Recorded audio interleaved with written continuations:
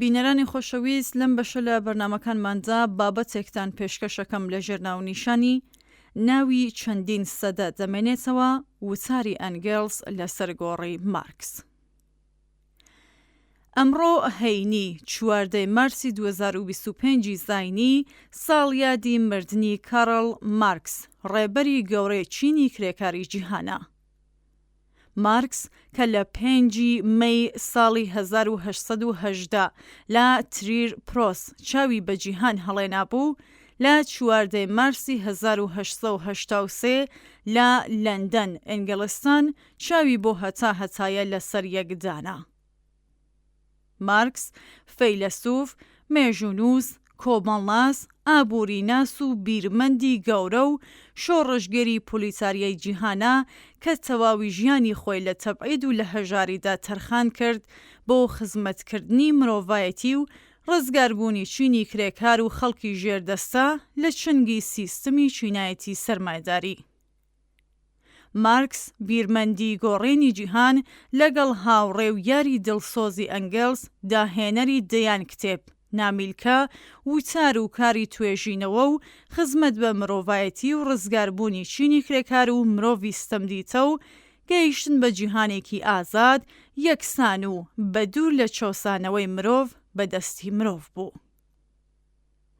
ڕەنگە هیچ نووسراوێک تا ئێستا بەقەدەر وتاری ئەنگێلس لەسەر گۆڕی مارکس لە 17 مارسی 1883 لە کاتی ماڵاوایی لە هاوڕێ دێرینی دەربڕی پێگە و کەسایەتی مارکس و ڕۆڵی ئەو لە مێژوودا نەبوو بێت.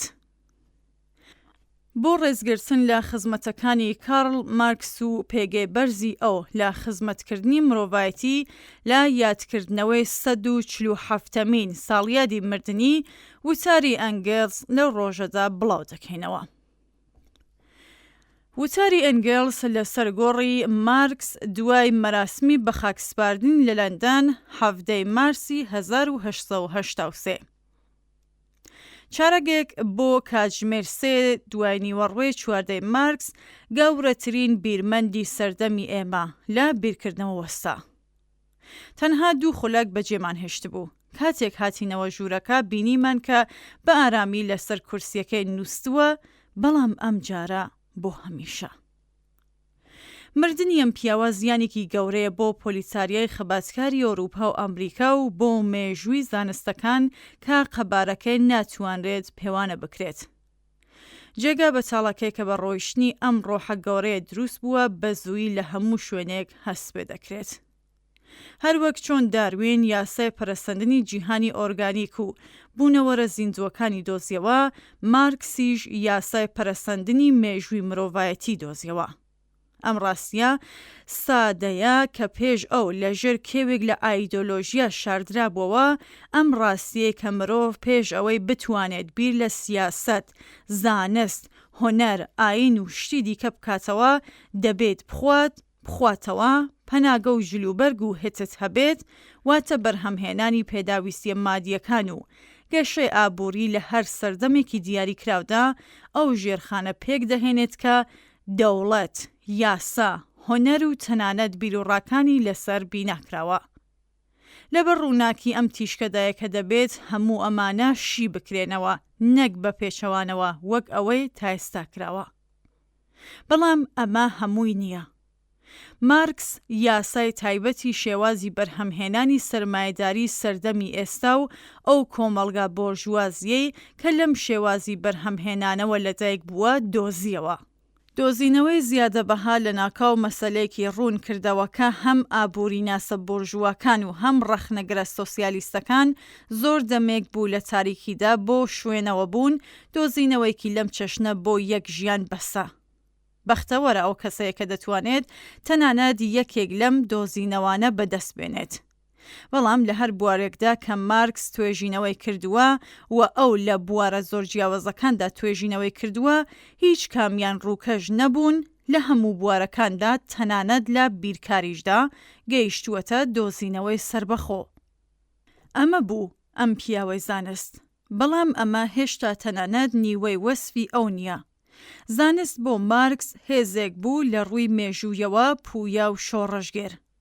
بە هەر دۆزینەوەیکی نوێ لەم یان ئەو بوارەی زانستی کە هێشتا کاریگەریەکانیشی بە تەواوەتی وێنە نەکرابوو بێت خۆشیەکی لە جۆری تەواو جیاواز هەستی پێدەکرد. بۆ نمونە ئەو لە نزیکەوە بە دوواداچوونی بۆ پێشکەوتنەکانی بەدەستهێنابوو لە بواری کارەبادا دەکرد. لەبەر ئەوەی مارکس پێش هەموو شتێک شۆڕژگێر بوو. ئەرکی ڕاستەقینەی لە ژیاندا ئەوە بووکە بە هەر شێوەیەک یارمەتی ڕووخاندنی نیزامی سەرمایەداری و دامەزراوە دەوڵەتیەکانی کە دروستی کردبوون بدات. یارمەتی ئازادی و ڕزگاربوونی پۆلێتاریا بدات کە خۆی یەکەم داهێنەری وشیاری و بیری ڕزگاری ئەوان بوو. بەوەها هەیەجانێک بەوەها سەرسەختیەک خەباتی کردکە کەمتەر کەسێک توانایی کێپەڕکێ هەبوو لەگەڵیدا.